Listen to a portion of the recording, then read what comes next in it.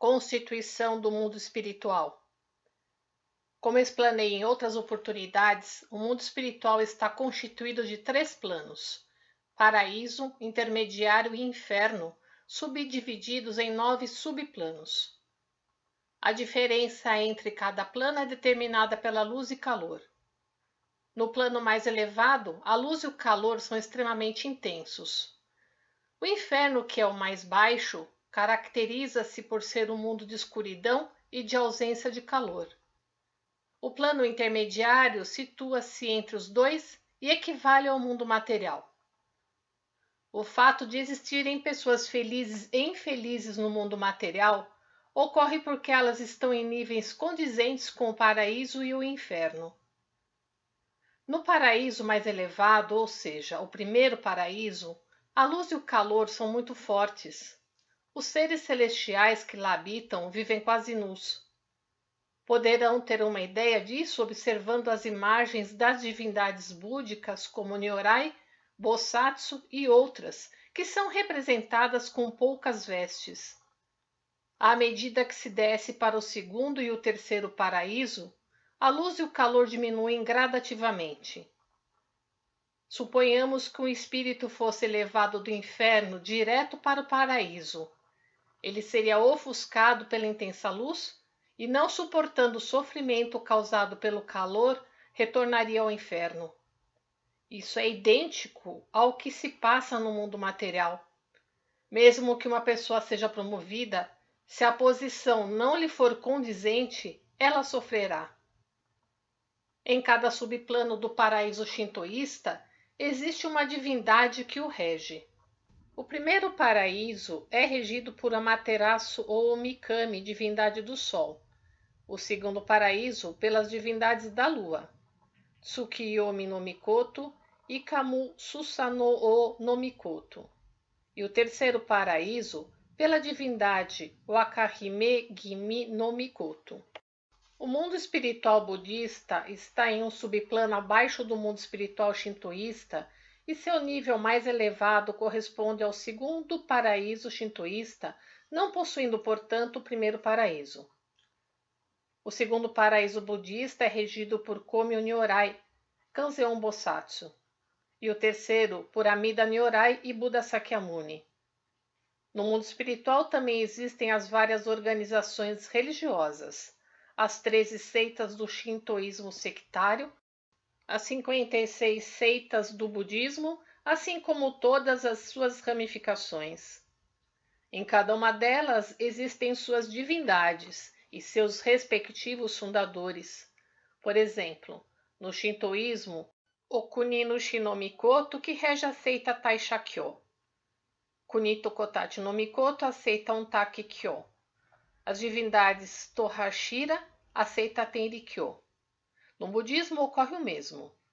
Amida rege a seita Shinshu, Daruma Daishi a seita Zen, Kanzeon Bosatsu a seita Tendai, etc. Os fundadores de seitas como Kobo, Shiran, Nichiren, Denkyo, Honen e outros atuam como orientadores de cada uma delas. Assim, os espíritos das pessoas que tinham religião durante a vida terrena, ao entrarem no mundo espiritual, se filiam à organização a que elas pertenciam. Não se pode calcular o quanto são mais felizes que os espíritos do que não possuem uma crença, pois estes, por não terem uma organização a qual se filiar, ficam perdidos e confusos. A expressão ser um espírito errante, que é utilizada desde épocas remotas, refere-se exatamente aos espíritos descrentes que perambulam pelo plano intermediário. Assim sendo, quem desconhece o mundo espiritual e não crê na vida após a morte, ao passar para aquele mundo não consegue um lugar tranquilo para viver e durante certo tempo permanece atordoado. Como exemplo, citarei um caso ocorrido há alguns anos. Soube que durante uma reunião de estudos de parapsicologia, o espírito do famoso romancista Roka Tokutomi, 1868-1927, manifestou-se por intermédio de um médium. Chamaram então a viúva, a qual, pela maneira como o espírito falava e se comportava, confirmou que se tratava do falecido marido. Fizeram-lhe perguntas, mas as respostas eram completamente sem nexo. O motivo é que, em vida, ele não acreditava na existência do mundo espiritual. Vemos que mesmo pessoas que eram eminentes neste mundo, como esse escritor, no mundo espiritual acabam ficando em tal situação. Por conseguinte, as pessoas durante a vida terrena precisam crer na existência do mundo espiritual e se preparar para a vida após a morte. Que tipo de lugar é o paraíso? Ou melhor, será que ele realmente existe? A maioria pensa que isso não passa de fantasia dos homens da antiguidade, mas eu tenho plena convicção da sua existência. Há um episódio a respeito disso. Muito tempo atrás, um bonzo ilustre e um estudioso discutiam sobre a existência do inferno e do paraíso após a morte.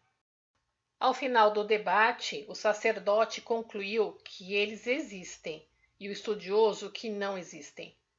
Enfim, alegando que para ter certeza não havia outro meio senão morrer, o religioso sugeriu que ambos se matassem, e em vista disso, o intelectual se rendeu. O assunto não é para brincadeira. O que o bonzo disse era verdade. Se existisse a possibilidade de conhecer o mundo espiritual sem precisar morrer, seria uma grande felicidade. Por esse motivo, gostaria de apresentar a seguir alguns fatos que pude comprovar pelas minhas experiências. Uma senhora de 30 anos, esposa do diretor de uma empresa, recorreu à minha ajuda por estar gravemente enferma. Como já tinha sido desenganada pelo médico, seus familiares me pediram encarecidamente que a salvasse. Ela residia a cerca de 40 quilômetros de distância, razão pela qual não me era possível visitá-la com a frequência que o caso requeria. Por conseguinte, eu a trouxe de carro imediatamente para minha casa. Pensando na possibilidade de ocorrer o pior durante a viagem, pedi ao marido que também viesse junto. Eu, ao mesmo tempo em que a amparava com uma das mãos, ministrava-lhe de orei com a outra, e assim chegamos à minha residência sem qualquer contratempo. De madrugada, a acompanhante da doente veio me chamar e corri para o quarto onde ela se encontrava. Segurando minha mão com força, ela me disse: "Sinto que algo vai sair do meu corpo e estou com muito medo. Deixe-me segurar sua mão. Tenho o pressentimento de que vou morrer hoje. Gostaria que chamasse meus familiares com urgência." Telefonei-lhes em seguida e quando eles chegaram de carro, acompanhados do médico da firma do marido, já havia decorrido mais de uma hora. A essa altura ela estava em coma, com a pulsação fraca. O médico examinou-a e disse que sua morte era questão de horas. No entanto, a enferma continuou em estado de coma, rodeada pelos familiares, sem alteração do quadro até a noite. Por volta das 20 horas, repentinamente ela abriu os olhos e começou a olhar à sua volta e, admirada, disse: "Estive num local tão bonito que nem sei como descrevê-lo. Era um jardim totalmente florido, onde se encontravam muitos entes celestiais de rara beleza. Mais adiante ao fundo, um senhor de ares nobres, semelhante à figura de Kanzeon Bosatsu que se vê em pinturas sacras, olhou em minha direção e sorriu. Ajoelhei-me em agradecimento e justo nesse momento acabei despertando. Agora estou me sentindo tão bem como não acontecia desde que adoeci." No dia seguinte, ela não tinha mais nenhuma dor ou sofrimento. Na verdade, ela se restabeleceu por completo, restando apenas um pouco de fraqueza. Após aproximadamente um mês, ela retornou ao seu estado normal. Esse exemplo nos mostra que o espírito daquela senhora saiu do corpo por alguns instantes, foi até o segundo paraíso budista e lá teve seus pecados e impurezas purificados por Kanzeon Bosatsu. Outro exemplo. Uma jovem de aproximadamente 20 anos foi curada de tuberculose pulmonar grave. Depois de aproximadamente um ano, teve uma recaída e morreu. Então fiz o sufrágio do seu espírito. Essa jovem tinha um irmão mais velho problemático que era beberrão e preguiçoso. Certo dia, 2 ou 3 meses após o falecimento da moça, ele estava sentado na sala e notou uma espécie de nuvem lilás a alguns metros à sua frente no alto. Essa nuvem começou a baixar devagar e ele viu sua falecida irmã em pé sobre a nuvem. Olhando bem, notou que seu semblante estava mais belo do que quando era viva e que usava uma elegante vestimenta semelhante aos quimonos da antiga nobreza. Ela então lhe disse carinhosamente: vim aconselhá-lo a abandonar a bebida. Por favor, pense no bem da nossa família e no seu próprio e deixe o álcool. Dizendo isso, desapareceu na nuvem lilás em direção ao alto. Decorrido alguns dias, aconteceu a mesma coisa, e o fato tornou a se repetir pouco tempo depois. Na terceira vez, uma bela ponte curva, toda pintada de vermelho, surgiu diante do rapaz, e a irmã, descendo na nuvem lilás, atravessou a ponte e lhe disse: é a terceira vez que venho. A partir de hoje não terei mais permissão de Deus para vir. Esta é a última vez. Novamente aconselhou que ele abandonasse a bebida. Depois disso, o fato não se repetiu. Evidentemente, nesse caso, a pessoa teve temporariamente a capacidade da visão espiritual. Esse é um exemplo real que ilustra muito bem a descida de um habitante do paraíso ao mundo material. Outra observação interessante é o fato de que o referido irmão não professava nenhuma fé e não tinha qualquer interesse por questões espirituais. Portanto, como não havia influência do subconsciente, evidentemente aquela visão não foi fruto da sua imaginação. Foi sua mãe quem me contou essa história. O próximo exemplo é de um rapaz de um pouco mais de 20 anos com uma doença que não era do corpo físico, mas sim que poderíamos chamar de espiritual. Nessa época ele estava perdidamente apaixonado por uma meretriz. A um passo da consumação do duplo suicídio, consegui salvá-los milagrosamente. Foi por pouco, pois no bolso do rapaz estava o veneno que ambos iam tomar. Levei-o para minha casa, e ao iniciar o exame espiritual, um espírito de raposa se manifestou por meio dele e disse-me que havia influenciado para levá-lo ao suicídio. Em cerca de 20 minutos terminei o exame, não sem antes ter advertido aquele espírito. O jovem, no entanto, continuava na mesma postura, de olhos cerrados, com as palmas das mãos unidas à altura do peito, postura da pessoa durante o exame espiritual. Sua cabeça estava inclinada para o lado esquerdo. Passados 3 ou 4 minutos, finalmente abriu os olhos, mas continuou ainda com a cabeça inclinada, com ar de espanto, e disse-me: vi uma coisa misteriosa. Alguém ao meu lado estava tocando um instrumento semelhante ao cotô, cujo som era indescritivelmente belo e refinado. Encantado, eu olhava à minha volta e notei que estava em um lugar em que me pareceu o interior de um santuário muito espaçoso. No fundo havia uma escada, e no topo desta uma cortina de bambu.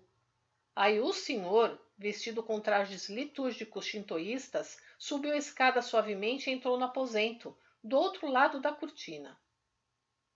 Então contestei: se você viu a pessoa de costas, não podia ter reconhecido quem era. Ele replicou: não, tenho certeza que era o senhor. E descreveu a indumentária: ornamento de cabeça, túnica azul e calça vermelha. Ele teve a visão espiritual temporária e pôde ver o mundo espiritual. Esse rapaz era funcionário de uma loja comercial e, por não professar nenhuma fé, não tinha conhecimento em absoluto sobre assuntos espirituais, e por isso mesmo acho que seu relato merece total credibilidade. Ressalta-se que à esquerda do lugar onde ele estava sentado ficava o altar com a imagem de Deus. Provavelmente, naquele momento, meu Yuktai, que estava no interior daquele santuário, apareceu para ele. Os 3 exemplos citados poderão servir de referência para o conhecimento do interior das edificações e dos jardins do paraíso e também de como seus habitantes descem à terra. Em seguida, vou descrever a situação do paraíso búdico. Uma virgem de 18 anos serviu de médium, incorporando o espírito de um de seus ancestrais, um samurai que falecera numa batalha travada há mais de 200 anos. Este guerreiro fora ardoroso adepto da seita budista Shingon. Logo após sua morte, portanto, passou a integrar a organização liderada por Kobodaishi. Em resposta às minhas perguntas, o espírito disse: quando cheguei a essa organização, havia centenas de espíritos, mas ano após ano, o número de espíritos que reencarna é maior do que o número de espíritos que ingressa nela, de modo que agora só existem mais ou menos 100. Moramos em um grande mosteiro e não executamos nenhum serviço propriamente dito. Passamos as horas apenas nos divertindo. Tocamos cotô, shamisen, flauta, tambor e outros instrumentos musicais. Pintamos, esculpimos, lemos, caligrafamos, jogamos jogos de tabuleiro, etc. Ou nos distraímos de outras maneiras semelhantes às existentes no mundo material. De vez em quando, há palestras feitas pelo próprio Kobodaishi e por um respeitável bonzo cujo nome esqueci, e isso constitui a maior das alegrias para nós. Parece que às vezes Kobodaishi vai ao encontro de Buda Sakyamuni, que por sua vez está em um subplano acima de um paraíso búdico, num lugar em que a luz é tão intensa e ofuscante a ponto de quase não se conseguir olhar em sua direção. Fora do mosteiro há um grande lago em cuja superfície flutuam inúmeras folhas de lótus tão grandes que nelas cabem 2 pessoas. A maioria é ocupada por casais que são levados aonde desejam ir sem precisar remar. Não há noite, é sempre dia, e a claridade é um pouco mais branda do que a dos dias ensolarados do mundo material. Os raios de luz são dourados e provocam uma sensação suave e agradável. Em muitas oportunidades, ouvi os espíritos que habitam o paraíso búdico dizer que se sentem enfadados quando já se encontram ali há muito tempo. Uma vez que apenas se divertem o tempo todo, acabam ficando entediados, por isso frequentemente eles me solicitam para serem remanejados para o mundo divino. Não foram poucos os espíritos que transferi para este último, atendendo a seus pedidos. Isso se dá devido ao fato de eles tomarem conhecimento de que o mundo divino entrou recentemente numa fase de grande atividade e que todas as divindades e espíritos estão extremamente atarefados. Evidentemente, isso é causado pela aproximação do mundo do dia. Este é regido pelos deuses, ao passo que o mundo da noite era regido pelos Budas. Vejamos agora o inferno. O mais baixo dos 3 subplanos do inferno é um mundo de completa trevas e escuridão, um local totalmente congelado. É chamado pelos shintoístas de fundo do inferno. Os budistas o denominam de inferno de frio extremo e no ocidente simplesmente dão-lhes o nome de inferno. O espírito que cair aí fica sem ver nada durante dezenas ou centenas de anos, petrificado, permanece completamente imóvel. Sua situação é tão lastimável que não encontro adjetivos para descrevê-la. Ao ouvir um espírito salvo desse local, fiquei horrorizado. O gélido inferno retratado por Dante Alighieri na Divina Comédia não é nenhuma fantasia. O subplano médio do inferno é formado por locais desconhecidos desde os tempos antigos, como o mundo das lutas, o mundo das bestas, o mundo dos desejos carnais, mundo dos famintos, montanha de agulhas, lagoa de sangue, inferno de serpentes, inferno da sala das abelhas, inferno de formigas, etc. Os encarregados de supervisionar esses locais são criaturas semelhantes aos ogros ou demônios que vemos nas pinturas sacras budistas de cor azul ou vermelha. Os policiais e os carcereiros, que em vida foram extremamente violentos e cruéis, se transformam nessas criaturas. Um dos castigos do inferno consiste em espancar os espíritos com barras de ferro cheias de espinhos. Segundo relatos dos espíritos, a dor é várias vezes maior do que se fosse no corpo carnal. Isso talvez ocorra porque, sem a proteção deste, os nervos são atingidos diretamente. Darei mais exemplos do sofrimento do inferno. A montanha de agulhas é o local onde os espíritos são obrigados a andar sobre agulhas e a dor que sentem é indescritível. O inferno da Lagoa de Sangue é o lugar onde, obrigatoriamente, vão os espíritos das mulheres cuja morte foi motivada por gravidez ou parto. Pelo que ouvi de muitos espíritos, eles ficam submersos até o pescoço nessa lagoa, cujo ar se encontra impregnado de cheiro de sangue. Ali existe uma infinidade de vermes que sobem continuamente pelo rosto, provocando uma sensação horrível, e os espíritos vivem a tirá-los incessantemente com a mão.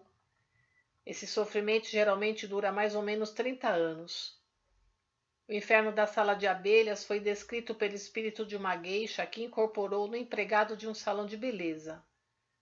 O espírito é colocado dentro de uma caixa onde mal cabe uma pessoa.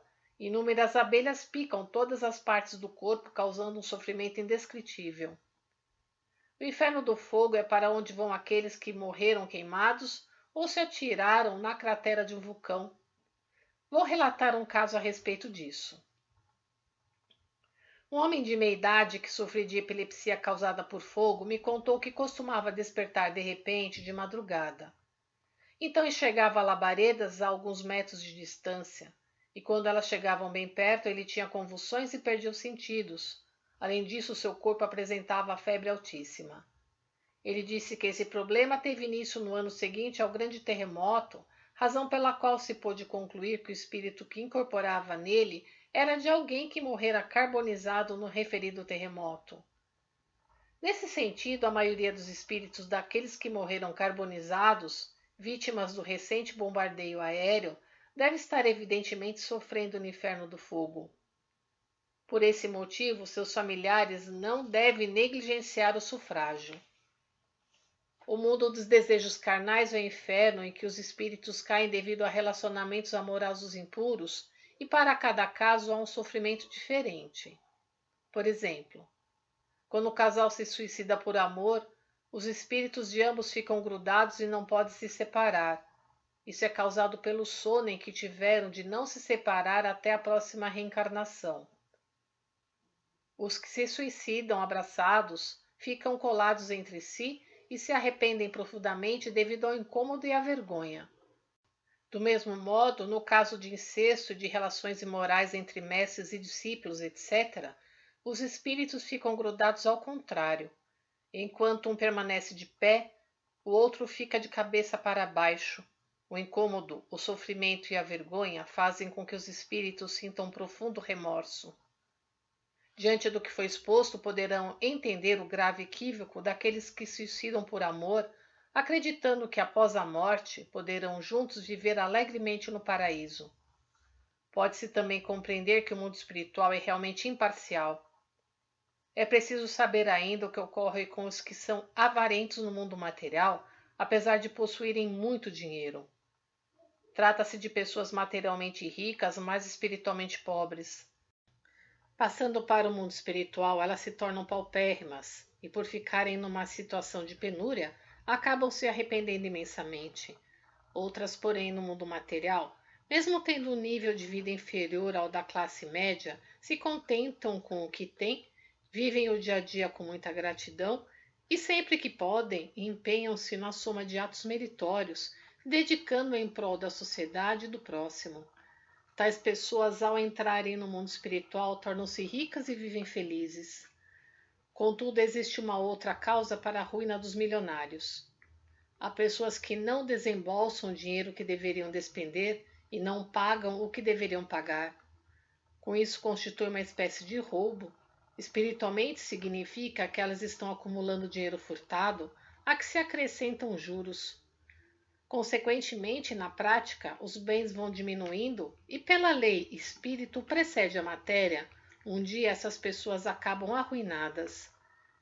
Geralmente, o herdeiro de um milionário é esbanjador e dilapida toda a fortuna da família. Temos visto esses casos com frequência, mas conhecendo o princípio acima referido, poderão compreender o motivo. A decisão de se dissolver os poderosos conglomerados empresariais japoneses em decorrência da Segunda Guerra Mundial teve a mesma causa. Esses conglomerados não pagaram aos funcionários e operários a remuneração que lhes era devida e enriqueceram às custas do acúmulo desse dinheiro. Com relação às taxas de rendimento de capital, sendo que a caderneta de poupança, por exemplo, é o investimento mais seguro, deveria ter uma porcentagem de lucros de mais ou menos 3%. Já os rendimentos dos títulos públicos, que são um pouco menos seguros, deveriam ser de 3,5%. Os dos fundos de investimento de 3,8% e a compra e venda de ações que envolvem mais riscos de 3 a 5%. Com base no critério exposto acima, se pensarmos racionalmente, Considerando essas porcentagens adequadas, a porcentagem justa de lucros do capitalista deveria ser de 7 a 8% ou até 10%. No caso de um lucro maior, o justo seria dividir a parte excedente entre os trabalhadores. Contudo, a maioria dos capitalistas não mostra nenhuma predisposição nesse sentido, pensando apenas em satisfazer sua ambição e em obter o máximo de lucro. É por isso que eles temem os movimentos trabalhistas e sofrem com problemas como o das greves. Ora, apropriar-se do rendimento que deve ser distribuído aos trabalhadores significa tirar-lhes dinheiro, ou seja, roubá-los. Por conseguinte, pelo fato desses capitalistas se tornarem poderosos conglomerados empresariais por meio do acúmulo do dinheiro roubado e de viverem no luxo e na ostentação, os céus não perdoam. Além disso, no mundo espiritual, os juros aumentaram tanto que agora tais organizações estão sendo obrigadas a devolver o valor roubado, acrescido dos juros. Na verdade, por terem cavado a própria sepultura, não há como culpar os outros. Em contrapartida, se eles fizerem uma justa distribuição dos lucros com os trabalhadores e somar atos meritórios, empregando sua fortuna em prol da sociedade do próximo, serão respeitados por todos e prosperarão eternamente. Falemos sobre o subplano mais alto do inferno. É o local para onde vão os espíritos que estão prestes a alcançar o plano intermediário após terem cumprido a pena no inferno. A maioria dos trabalhos a que estão submetidos é de natureza leve, como levar os alimentos oferecidos nos oratórios e nas moradas dos ancestrais nos lares, ser portador de avisos e mensagens, dar assistência a outros espíritos, etc. A propósito, existe um ponto importante a saber a respeito dos alimentos ofertados aos espíritos. Mesmo os espíritos, se não se alimentarem, sentem fome. Contudo, em que consiste esse alimento? O espírito serve-se da energia espiritual dos alimentos. Ao contrário do que se passa no mundo material, ele se satisfaz com uma quantidade extremamente reduzida de comida, por exemplo, uns 3 grãos de arroz por dia. Portanto, o alimento comumente oferecido nos lares é bastante para um grande número de espíritos e ainda resta muito. As sobras são dadas àqueles que se encontram no mundo dos famintos. Graças a esse ato virtuoso, os antepassados dessa família elevam-se mais rapidamente. Sempre que possível, devemos oferecer alimentos aos antepassados, pois se devido à nossa negligência eles ficarem famintos e se verem forçados a roubar para comer, consequentemente cairão no mundo dos famintos ou encostarão em animais como o cão ou gato para satisfazer sua fome e acabarão descendo ao mundo das bestas. Tal como diz o ditado, quem se junta aos porcos, farelo come. Quando o espírito humano encosta em algum animal, ele perde gradativamente a forma humana e assume o aspecto desse animal. No caso da reencarnação, ele nasce como esse animal, cuja forma ele assumiu. Entretanto, diferentemente dos espíritos dos simples animais, ele entende a fala humana. Existem cavalos, cães, gatos, raposas, tanuques, serpentes, etc., que entendem a linguagem humana. Trata-se da reencarnação desse tipo de espírito. Após certo grau de aprendizado sobre forma animal, o espírito volta a reencarnar como um humano. Devo chamar a atenção para o seguinte ponto. Caso alguém seja acometido por infortúnios após matar cobras, gatos, etc., é porque se tratava de um espírito humano sob forma de animal. Se não for esse tipo de espírito, não ocorrem infortúnios. Existe uma cobra esverdeada chamada de Aodaisho, que costuma viver por várias gerações próximo das casas de famílias tradicionais. Ela é reencarnação do espírito de um ancestral em forma de cobra que está protegendo seus descendentes. Se esses a matarem, o espírito do antepassado se zangará e aplicará punições, como por exemplo a ocorrência de falecimento na família ou de sua descendência. Da mesma forma, quando se destrói o Inari, ou quando se descuida da realização de cerimônias que vinham sendo realizadas tradicionalmente, é comum receber sinais de advertência. Se isso não for percebido, pode ser até que ocorra o fim da linhagem familiar.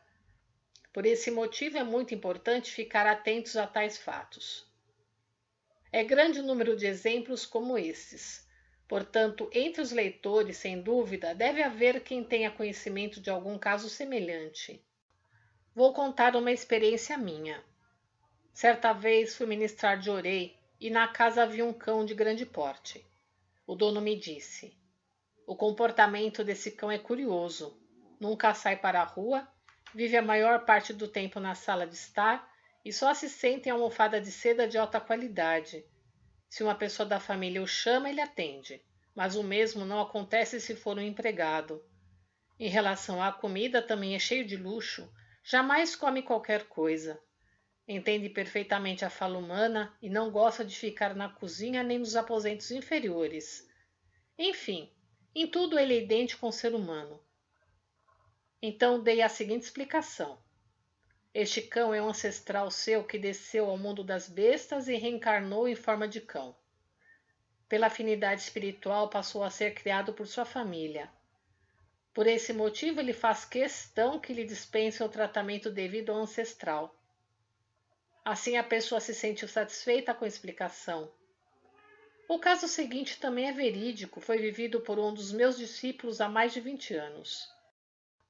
Ele tomou conhecimento de que uma senhora de meia idade, residente na cidade de Yokohama, estava sofrendo uma tortura incomum e, cheio de curiosidade, foi logo visitá-la. Ela usava um pano branco em volta do pescoço, e qual não foi a sua surpresa quando ela o tirou? Havia uma cobra enrolada no seu pescoço.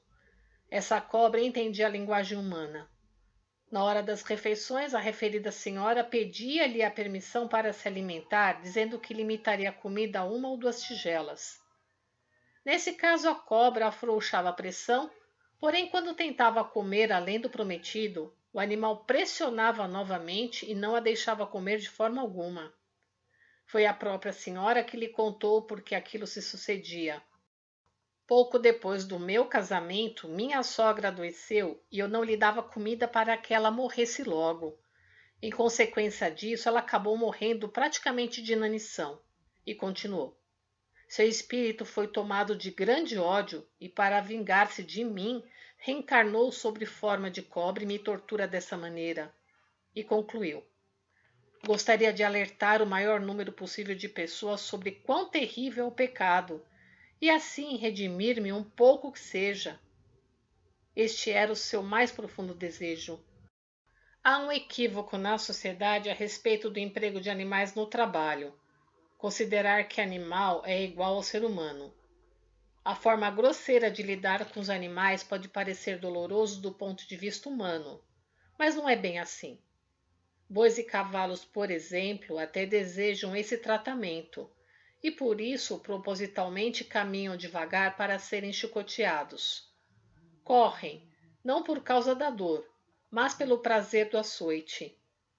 Entre homens e mulheres existe uma anomalia sexual conhecida como masoquismo, em que eles sentem prazer por meio da violência física. Isso é motivado pelo encosto do espírito de animais como bois e cavalos que gostam de apanhar. Para finalizar, acrescento uma explicação sobre o Butsudan, oratório budista. Seu interior reproduz o paraíso búdico para onde os antepassados são convidados. No paraíso búdico, a comida e a bebida são fartas. Todos os tipos de flores desabrocham. Paira no ar um perfume agradável e ressoam as mais refinadas músicas. Portanto, com base nessa imagem, mesmo que de forma singela, são oferecidos alimentos, flores e incenso. Seguindo esse mesmo raciocínio, nos templos as batidas no mokugyo, nos pratos de metal, bem como o som das flautas, têm um efeito de música. O bater do sino na ocasião em que se oferece comida no Butsudan serve como um sinal para o mundo espiritual. Em 5 de fevereiro de 1947. Compartilhe os ensinamentos de Meishu Sama.